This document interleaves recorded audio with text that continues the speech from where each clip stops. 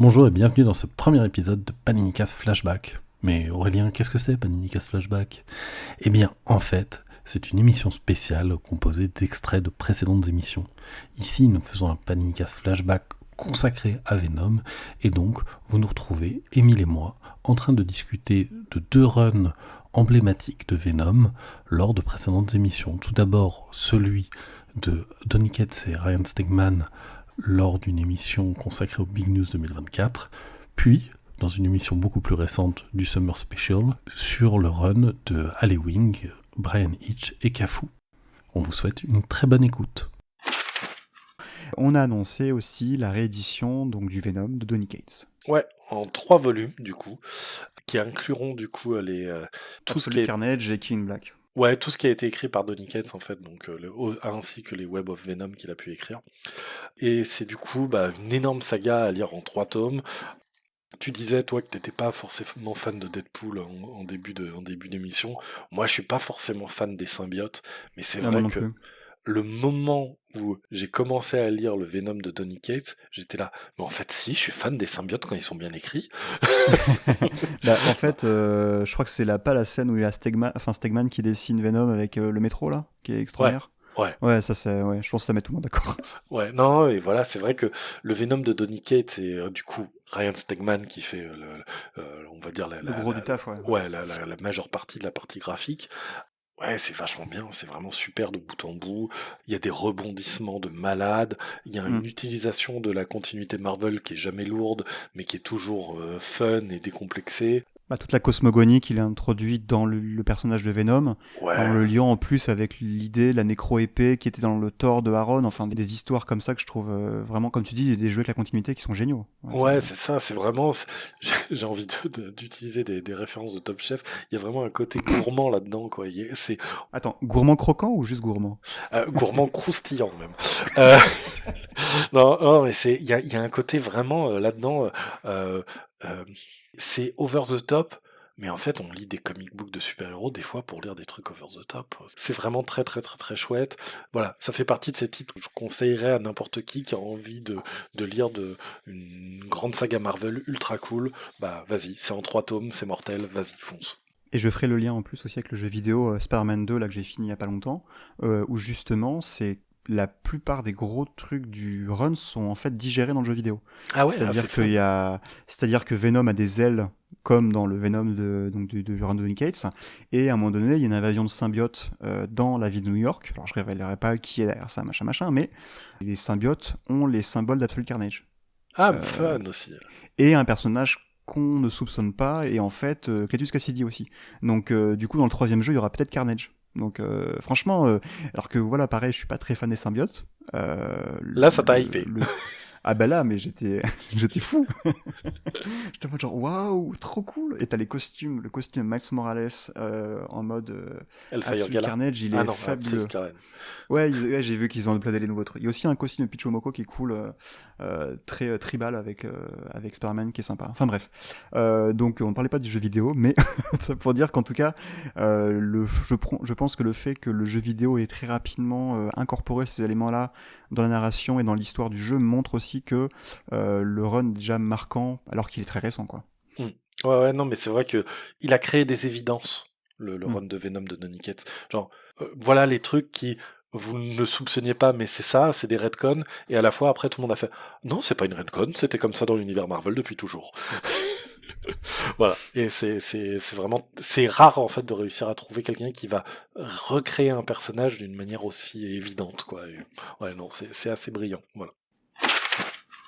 Quand on pense à Venom de manière historique, on va pas penser à cosmique, épique et des choses comme ça.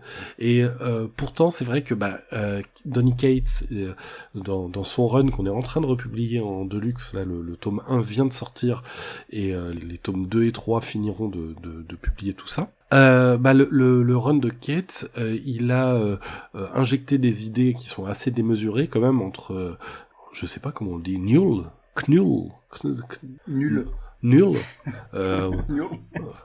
KN en anglais, c'est ouais, no, donc bon. Bref, le King Black. Ouais, le roi en noir donc, c'est toutes les idées autour des symbiotes, il les a emmenés en tout cas très loin dans quelque chose de cosmique et même on a envie de dire de création du monde ou quoi. Il a créé une cosmogonie symbiotique. Ouais, super, très bon terme. Et c'est vrai que quand il termine son run sur Venom, Kate, il laisse les personnages dans des situations qui sont à la fois très cool et à la fois pas forcément hyper faciles on va dire, à reprendre. On n'est pas dans il remet un statu quo hyper semblable à la manière dont il l'avait eu à la base.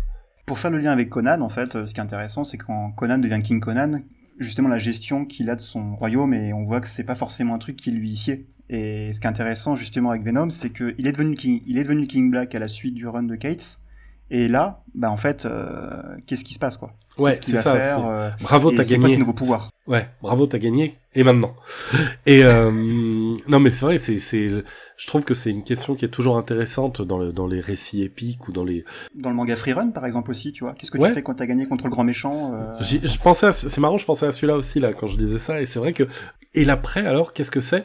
En plus, dans un univers comme l'univers Marvel, qui est un univers où y a pas de fin, on va continuer de vivre des aventures avec ces personnages dans les décennies à venir, c'est toujours très intéressant. Et alors, Alley-Wing, avec au début Ramvi qui l'accompagne, et un petit peu après Thorne Grandbeck aussi qui fera une petite apparition, il va pas donner de réponse simple à ça.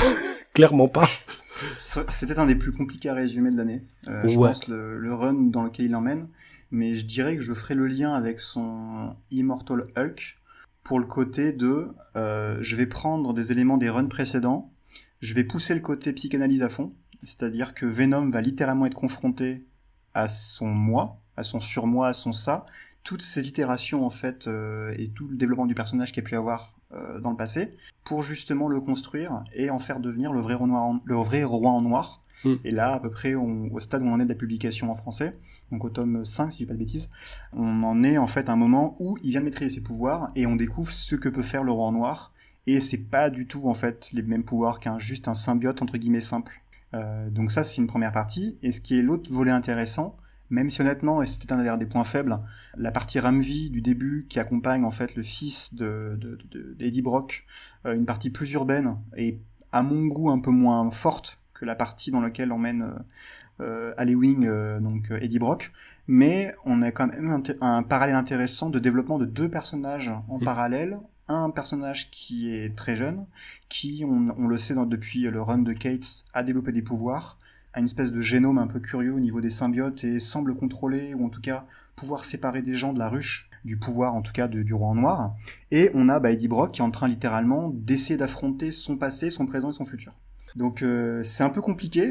et sachant que du coup il y a une relation aussi père-fils qui du coup sert aussi de miroir à ça, dans le sens où son enfance est aussi d'une certaine manière son passé et son futur quoi qui sont incarnés. Donc il y a vraiment et de la même manière pour Dylan, son père représente des facettes de ça. Donc c'est vrai que c'est assez passionnant, c'est très compliqué. Il y a énormément de presque de paradoxes temporels ou de choses comme ça qui sont assez rigolos à suivre. C'est très bien mené là-dessus. Moi je sais que je peux être du genre à tiquer sur les paradoxes temporels, et donc là non, ça passe bien. Mais en fait je trouve que j'ai envie de dire c'est une lecture exigeante mais qui est vraiment super cool. C'est-à-dire que j'ai envie de dire, si vous avez lu le premier, que vous avez fait ok, continuez, parce que vraiment, au tome 2, au tome 3, vous allez commencer à avoir les payoffs de suivre, et ça va être le genre de série où vous allez vous dire, ah putain, mais c'est de mieux en mieux, et vraiment, il y a vraiment ce côté-là. En plus, je trouve que on a quand même un Brian Hitch qui assure je sais plus, je crois, les 17 premiers numéros du début du run. Après, on a Cafu qui va en faire quand même une bonne partie de l'après. Donc, on a en plus une qualité graphique assez élevée qui se tient, quoi. Cafu, Brian Hitch, on n'est pas sur des styles qui sont complètement à l'opposé non plus. Et on se retrouve avec une série qui, se bonifie vraiment avec le temps. En plus, Alley Wing fait partie de ces personnes qui sont capables d'utiliser les crossovers ou la continuité ou les events du moment pour venir injecter des nouvelles idées et dynamiter un tel ou tel élément de manière extrêmement intelligente. On le voit avec Dark Web, il va utiliser Dark Web pour refaire une rencontre entre Dylan et Eddie, mais pas forcément celle à laquelle on s'attend, etc. Et donc il y a plein de choses comme ça qui sont extrêmement malines. Moi là il se trouve que je continue de la suivre en VO et j'ai lu du coup les premiers épisodes de la saga actuelle qui s'appelle Venom War. Ça reste suffisamment vague pour que je puisse vous dire le nom sans vous spoiler quoi que ce soit. Et Wing continue de s'éclater, et vraiment de s'éclater, il y a des idées qui sont complètement folles. Vraiment en continuant, ce mélange de cosmique, d'épique, et à la fois d'analyse des personnages, de creuser leur caractère et venir l'illuminer en fait sous tous les angles. Voilà, vraiment, on se disait après Donny Cates, qui est-ce qui va pouvoir s'embarquer là-dedans, et après ce qui est quand même un des meilleurs runs, voire le meilleur run de Venom de tous les temps, qui est-ce qui va pouvoir oser faire la suite? Alley Wing ose, et il ose vachement bien à mon sens.